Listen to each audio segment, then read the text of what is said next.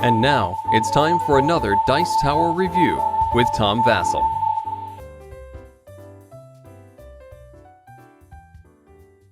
Hi, I'm Tom Vasel, and I'm talking today about the third expansion for Alhambra. Now, the one I'll be looking at is the one that comes in Alhambra, the big box. As you can see, this comes with all 5 expansions in it, which is a neat way to get the whole game. But just in case you didn't buy this version and you were looking at just expansion 3, there are 4 modules included in expansion 3, and I want to talk about each of them. There are 20 modules altogether, and so each module I'll talk about, then I'll show you where my ranking is of it amongst the 20 different modules. Speaking of the 20 different modules, I will say that it's pretty much ridiculous to try and play the game with all 20 modules, or even maybe with 10. I usually end up playing with 4 or 5. There's a few I want to play with all the time, and then there's several others that I may want to try this time or not. It gives it a great amount of variety. However, adding to 20 would add, I don't want to say complexity, but it just might be some unnecessary, well, maybe complexity is the right word, just too much going on at any one time. And I'm sure people have tried it, but I don't think that would be something that I'd be interested in. Anyway, let's get on to the Expansion 3 modules. The first module in Expansion 3 is called the City Walls. When I first heard about this one, I thought, do we really need more city walls? I have enough problem with them as it is. You get a bunch of black city walls and then some cards. These cards are the main focus of the expansion. They're placed in the deck, and when they're drawn, they're put next to the other cards, and you can choose one of these cards if you want. And when you choose it, you will use it to place walls on a tile that's already on the board. So let's say, for example, I have some tiles here, and I draw this card here. I would place the walls in the exact same position. You can't put these walls on top of other walls, and so you might think, well, really, what's the usefulness of these? Well, there's several, and some of these might be obvious to you, but it took me a while to figure them out.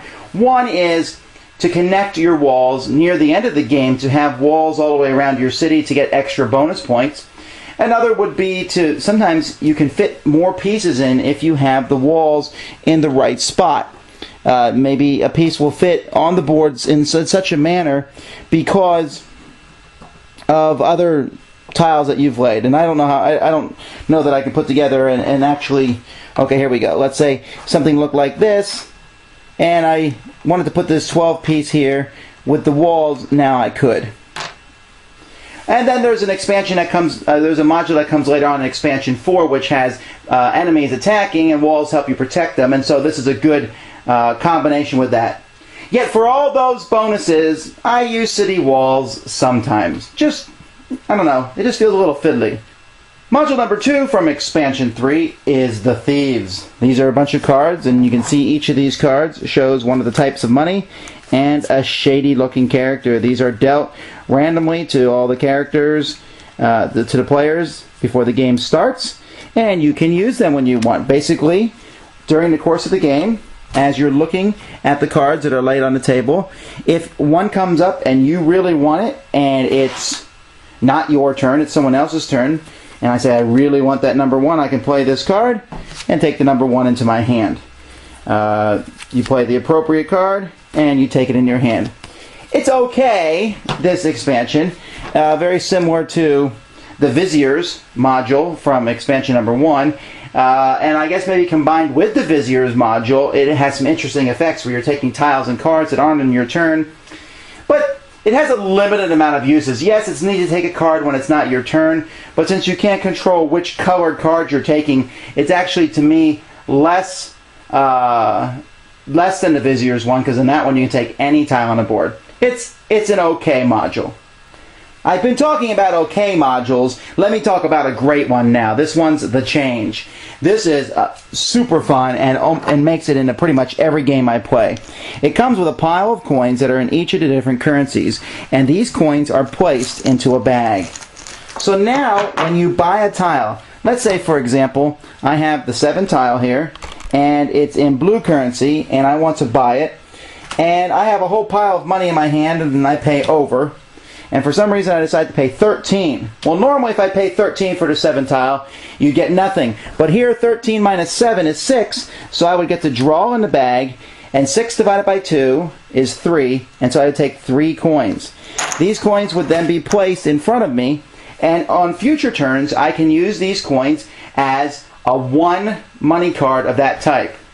Now you might think that's not that big of a deal, a 1 money card, big deal, but it is great because you're getting colors back that you're not using, which is neat, and when you see this in play, you'll see people overpaying on purpose just to get coins, and it's even if you're not overpaying on purpose, it's nice to get something back. Yes, you only get 1 coin for every 2 you overpay, but still, it helps you get those exact numbers later on in the game, which give you extra turn. Great, neat idea. Use it all the time. You gotta wonder if the designers or the developers of Alhambra got around and said, you know, how can we fit meeples in the game? This is the 4th module of Expansion 3, and it's called the Street Trader. In this module, when you start building your city, you're going to place one of these market tiles next to your starting fountain. And you're going to pick 3 different color meeples to put on it. So let's say, for example, I pick green, red, and purple.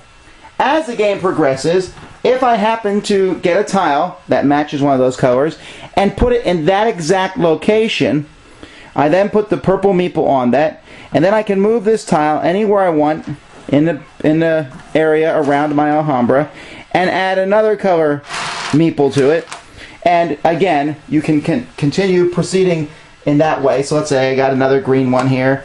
I put the green one like this, and I could add another meeple to it, and then later on I get a white one, and so on and so forth. You can position it, if you build a tile there that doesn't have one of those 3 meeples, any way you want. And this continues. At the end of the game, we take a close look at the meeples that you've gotten. So let's say, for example, these are the meeples that I've gotten. And we make sets of them of different colors. So here I have green, blue, white, purple, a blue and a white, and a white. And then you score points according to what the book would say. For example, 4 different colors is 10 points. 2 colors is 3 points. 1 color is 1 point. If you get all 6 colors, that's worth 21 points. It's an interesting idea, but it changes Alhambra to a huge degree. To the point, it just feels very convoluted, and people get so caught up, and this is pretty much all they're doing. Because if you get 6 of a color, that is 21 points. That's something you really can't ignore. You gotta do it, and it just takes away from everything else, from building the walls, from getting the most of different colors. It's okay, but I don't want to play with it too much because it changes the game in a way that Alhambra doesn't feel like it was made to be. This is my second favorite expansion that you can get for Alhambra, and one of the main reasons for that is the coin module. That's a really neat module. I don't mind the walls. They're interesting enough to add. The thieves are okay. The market, it feels a little loopy, but still, those coins are a really neat idea. And if you want the market, it does change the game in a way that, you know, makes the game different if you're really looking for that kind of variety. But still, certainly one worth checking out, Expansion 3 for Alhambra. Thanks for joining us today. For more written, audio, and video reviews, as well as the #1 board game podcast, check out the website at www.thedicetower.com. Until then, this is Eric Summerer, and you've been watching The Dice Tower.